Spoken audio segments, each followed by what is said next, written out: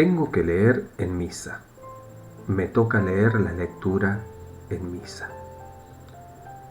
Un poco de nervios porque tengo que leer en público.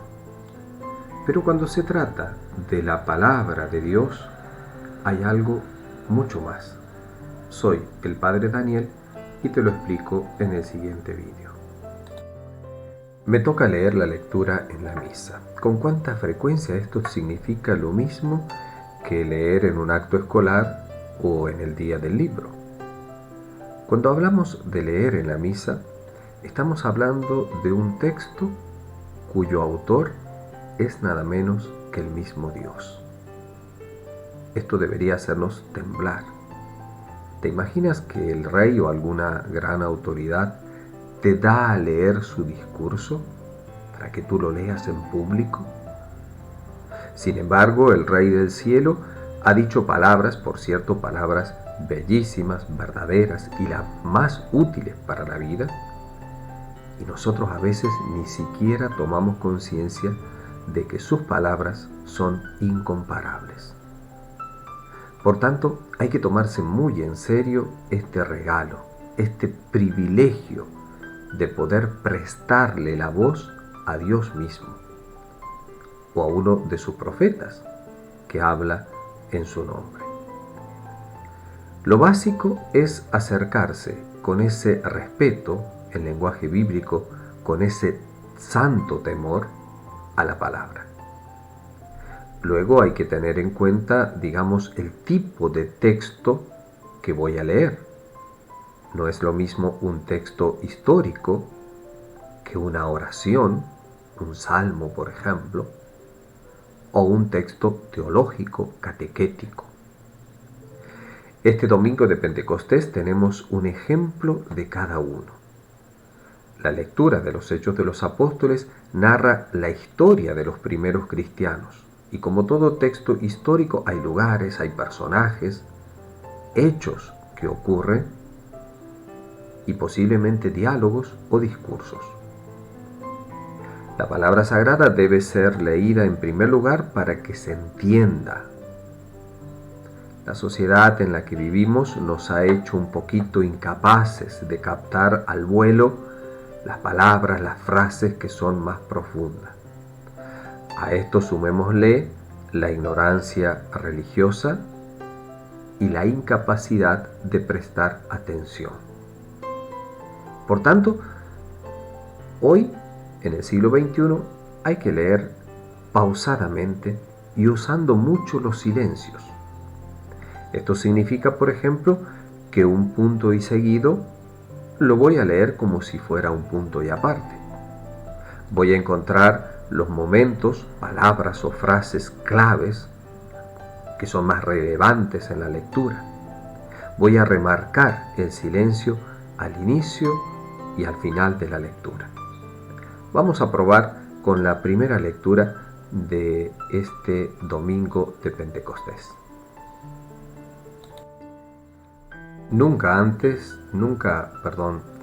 Nadie debe subir al ambón, este lugar donde se lee la palabra de Dios, sin haber leído la lectura antes. Pues vamos con la lectura de los Hechos de los Apóstoles. Habiendo leído la lectura antes, yo sé que tiene 3 párrafos. En el primer párrafo va a contar un hecho. El segundo párrafo va a contar el contexto de ese hecho.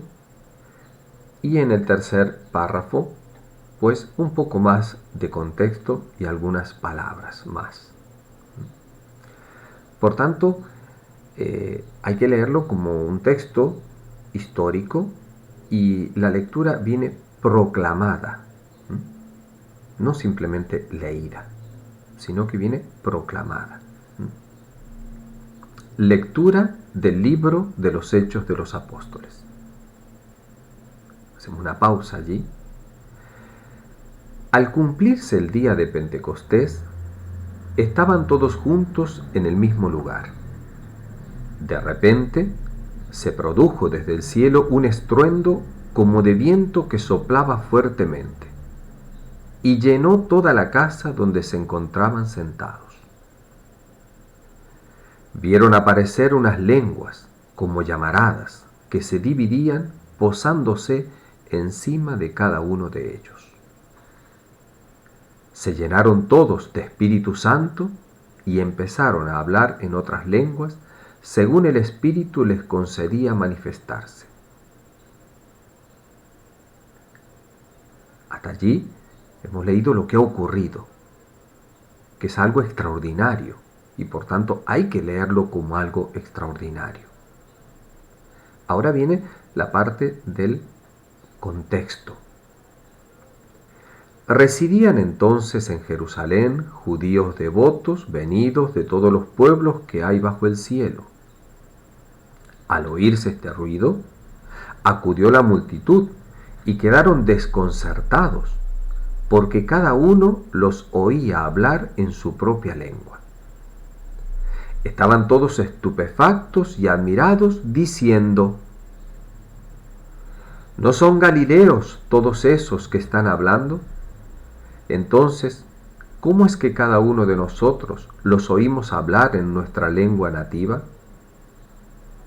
Entre nosotros hay partos, medos, elamitas y habitantes de Mesopotamia, de Judea y Capadocia, del Ponto y Asia, de Frigia y Panfilia, de Egipto y de la zona de Libia que limita con Cirene. Hay ciudadanos romanos forasteros, tanto judíos como prosélitos. También hay cretenses y árabes, y cada uno los oímos hablar de las grandezas de Dios en nuestra propia lengua. Aquí debemos hacer un silencio, porque luego vamos a decir palabra de Dios. Y hay que decirlo con solemnidad.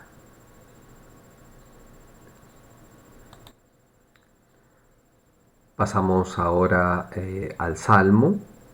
Ya no es un texto histórico, no es un texto catequético, ya es una oración. Los salmos son eso, oraciones, en forma de poesías, en forma de poemas. Por tanto, en el Salmo, como sabemos, se repite, el pueblo repite una antífona, y por tanto nosotros proclamamos esa antífona primero. Envía tu Espíritu, Señor, y repuebla la faz de la tierra. Recordemos que el pueblo tiene que memorizar esta antífona. Y luego de un silencio empezamos a proclamar el Salmo, pero empezamos a rezar, a alabar a Dios, porque el Salmo es eso, es una alabanza a Dios. Bendice alma mía al Señor, Dios mío, qué grande eres. Cuántas son tus obras, Señor. La tierra está llena de tus criaturas. Y levantamos la vista para que el pueblo entienda que hasta allí ha llegado ese primer párrafo y que tiene que ahora repetir la antífona. Luego continuamos. Les retiras el aliento y expiran, y vuelven a ser polvo. Envías tu espíritu y los creas, y repueblas la faz de la tierra. Gloria a Dios para siempre. Goce el Señor con sus obras. Que le sea agradable mi poema, y yo me alegraré con el Señor. Pasamos ahora a la segunda lectura, que ya es un texto catequético. Generalmente hay muchas cartas de San Pablo, también están las otras cartas, pero hay muchas de San Pablo cuya teología pues es profunda. Recordemos que vivimos en una sociedad donde hay una gran ignorancia religiosa, y lo importante es que esa lectura sea entendida al menos en lo básico, en lo mínimo. Por tanto, Esto va proclamado de otra forma, a modo de lección. Lectura de la primera carta del apóstol San Pablo a los Corintios. Hermanos, nadie puede decir Jesús es Señor sino por el Espíritu Santo. Y hay diversidad de carismas, pero un mismo Espíritu. Hay diversidad de ministerios, pero un mismo Señor. Y hay diversidad de actuaciones, pero un mismo Dios que obra todo en todos. Pero a cada cual se le otorga la manifestación del Espíritu para el bien común. Pues lo mismo que el cuerpo es uno y tiene muchos miembros, y todos los miembros del cuerpo, a pesar de ser muchos, son un solo cuerpo, así es también Cristo. Pues todos nosotros, judíos y griegos, esclavos y libres, hemos sido bautizados en un mismo espíritu, para formar un solo cuerpo. Y todos hemos bebido de un solo espíritu. Palabra de Dios. Bueno, hemos leído las 3 lecturas de este domingo de Pentecostés. Espero que estas ideas básicas de la lectura en la Santa Misa, de la lectura de los textos sagrados, que repito hay que leer con cierto temor, ¿no? Con cierto temblor, ¿no? Porque es nada menos que la palabra del Rey de los cielos, del Dios Todopoderoso. Pues espero que esto os haya servido. Y hasta la próxima.